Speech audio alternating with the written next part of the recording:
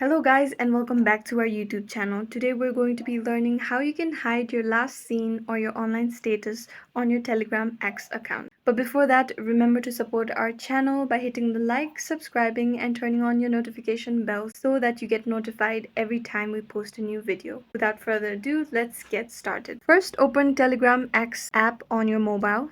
Then on the top left corner, you can see a 3-bar icon. You tap on it. Then scroll down and tap on Settings. Scroll down again until you see Privacy and Security.